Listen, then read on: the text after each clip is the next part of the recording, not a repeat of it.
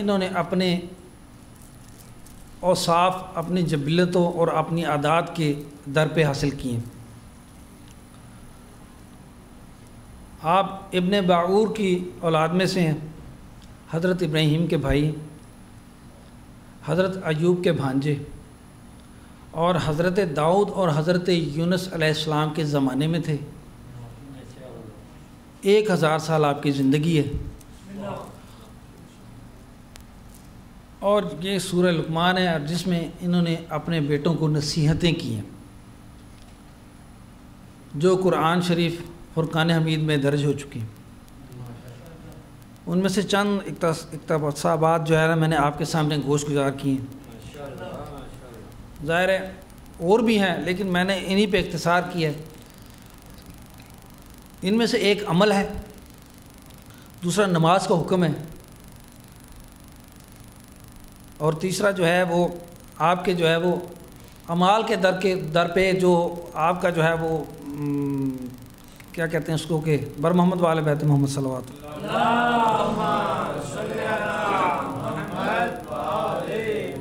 اور تیسرا جو ہے وہ غرور ہے۔ ان تینوں چیزوں میں سے حکیم لقمان چونکہ حکیم تھے اور اللہ کی طرف سے انہیں حکمت ملی، اور حکمت بھی چند ایسی چیزیں کہ جن کی وجہ سے جو خدا کو پسند تھیں، خدا کو ان کی عاجزی پسند تھی،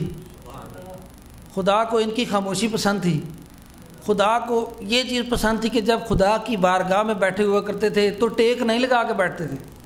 متکا کبھی نہیں لیتے تھے، اور جب بھی یعنی کہ ان کا زیادہ تر احباب جو ہے وہ علماء، مفسرین اور دیندار لوگ ہوا کرتے تھے، تو خدا نے انہیں چنا اور انہیں اپنی حکمت سے جو ہے مزین فرمایا، اور جب آپ کو حکمت سے مزین فرمایا تو حکمت ملتے ساری جب وہ چلتے جاتے تھے تو راستے میں جو جڑی بوٹیاں، نباتات یا جمادات ہوا کرتے تھے وہ خود بول کے کہا کرتے تھے کہ یا حضرت ہمیں آپ لے جائیں، ہم میں یہ چیزیں یہ اوصاف پائے جاتے ہیں، تو وہ آپ جو ہے وہ حاصل کر لیا کرتے تھے۔ یہ ان کی حکمتیں، اور انسان جو ہے وہ انہی چیزوں سے سیکھتا ہے کہ انسان کے اعمال کیا ہیں۔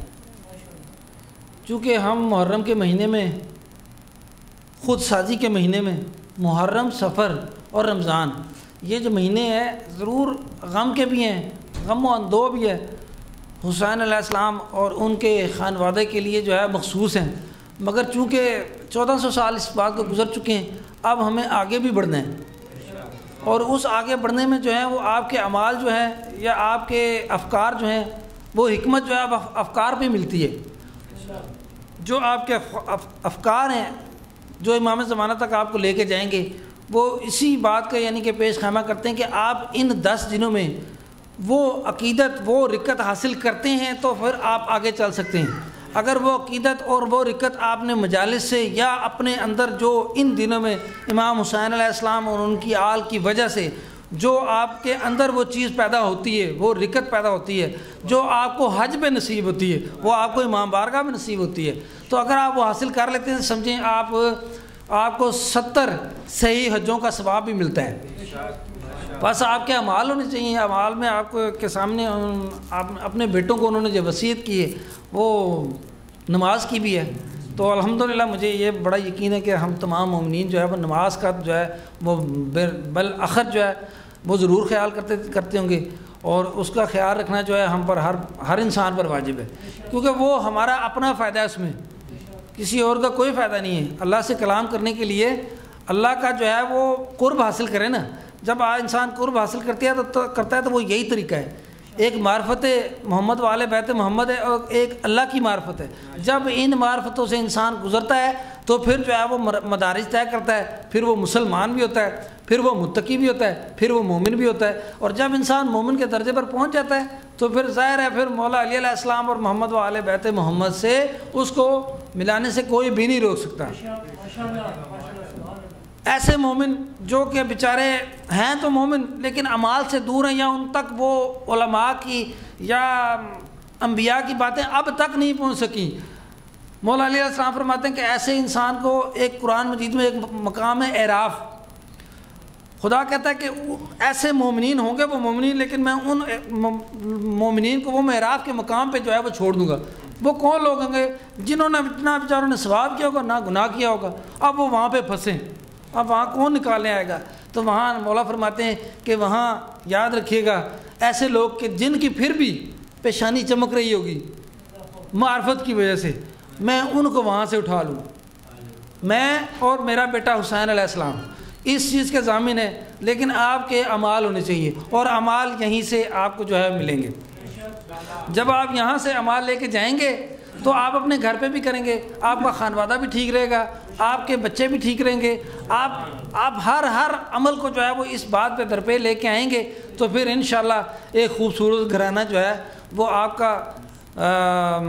سامنے آئے گا، وہ تخیل ہوگا اس کا، اور آپ کو محمد والے بیت محمد کا گھرانہ ایسا ہی ہے کہ جو ان اعمال کو لاتا ہے۔ کہتے ہیں جیسے آسمان کے اوپر ستارے چمک رہے ہوتے ہیں،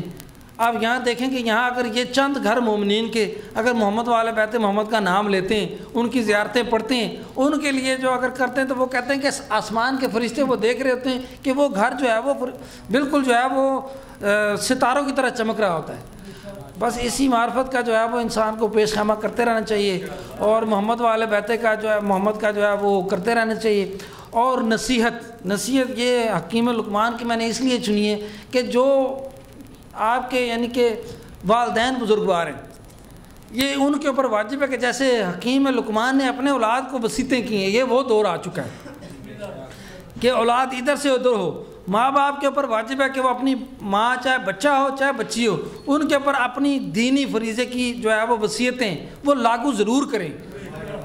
اگر وہ اس بات کو لاگو نہیں کریں گے تو وہ سمجھو کہ وہ ابھی تک جو ہے وہ خود بھی اس بات پر نہیں پہنچے، اور کسی اور کو بھی ابھی تک وہ اس بات میں جو ہے وہ انہوں نے خاطر خواہ اضافہ نہیں کیا ہے۔ اس بات میں آپ یہ چیز لے کے جائیں ضرور کہ نصیحت جو ہے وہ ایک ولایت آپ کو پتہ ہے نا، ولایت خود مولا علیہ السلام ولی ہیں، یا آپ کے دادا ولی ہیں، یا آپ کے والد صاحب ولی ہیں، یہ 3 ولایتیں ہیں۔ ان تینوں ولایتوں سے انسان نکل جائے تو کسی مقام پر جو ہے وہ اس کا نہیں ہے، آپ کو کہہ دیں کہ کسی مقام پر اس کی توبہ قبول نہیں ہو سکتی۔ لہٰذا ماں باپ پر جو امر جو ہے وہ صادر ہے، وہ ماں باپ کو چاہیے کہ وہ حکیم لقمان کی طرح، یا خود مولا علی علیہ السلام جو ہے امام حسین علیہ السلام کو، امام حسن علیہ السلام کو انہوں نے اپنی شہادت کے وقت خود وصیتیں کی ہیں۔ اب اس بات کو، یہ چھوٹی چھوٹی باتیں لیکن ان کو آپ لیتے ہوئے قرآن میں ان کو آپ لیتے ہوئے اپنی ماں باپ اپنی اولاد کو ضرور وصیت کریں، تاکہ اس وصیت کے اور اس سائے کے نیچے رہ کے جو ہے وہ اولاد جو ہے وہ آگے بڑھیں۔ ایک چھوٹا سی جو ہے وہ اقتباس میں آپ کے سامنے پیش کرتا ہوں، چونکہ مولانا حضرات بھی جو ہے وہ تشریف لے آئیں اور میں آپ اور ان کے درمیان جو ہے وہ زیادہ حائل نہیں ہونا چاہتا۔ شاعر کہتا ہے یہ زمانہ میرے حسین کا ہے، یہ جو کعبہ ہے تم نہ سمجھو گے، گھر پرانا میرے حسین کا ہے، یہ زمانہ میرے حسین کا ہے۔ اگ رہا ہے جو بعد کرب و بلا، دانہ دانہ میرے حسین کا ہے، یہ زمانہ میرے حسین کا ہے۔ جس جگہ حر بنائے جاتے ہیں، کارخانہ میرے حسین کا ہے، یہ زمانہ میرے حسین کا ہے۔ پر محمد و آل بیت محمد صلوات۔ ایک اور چھوٹی سی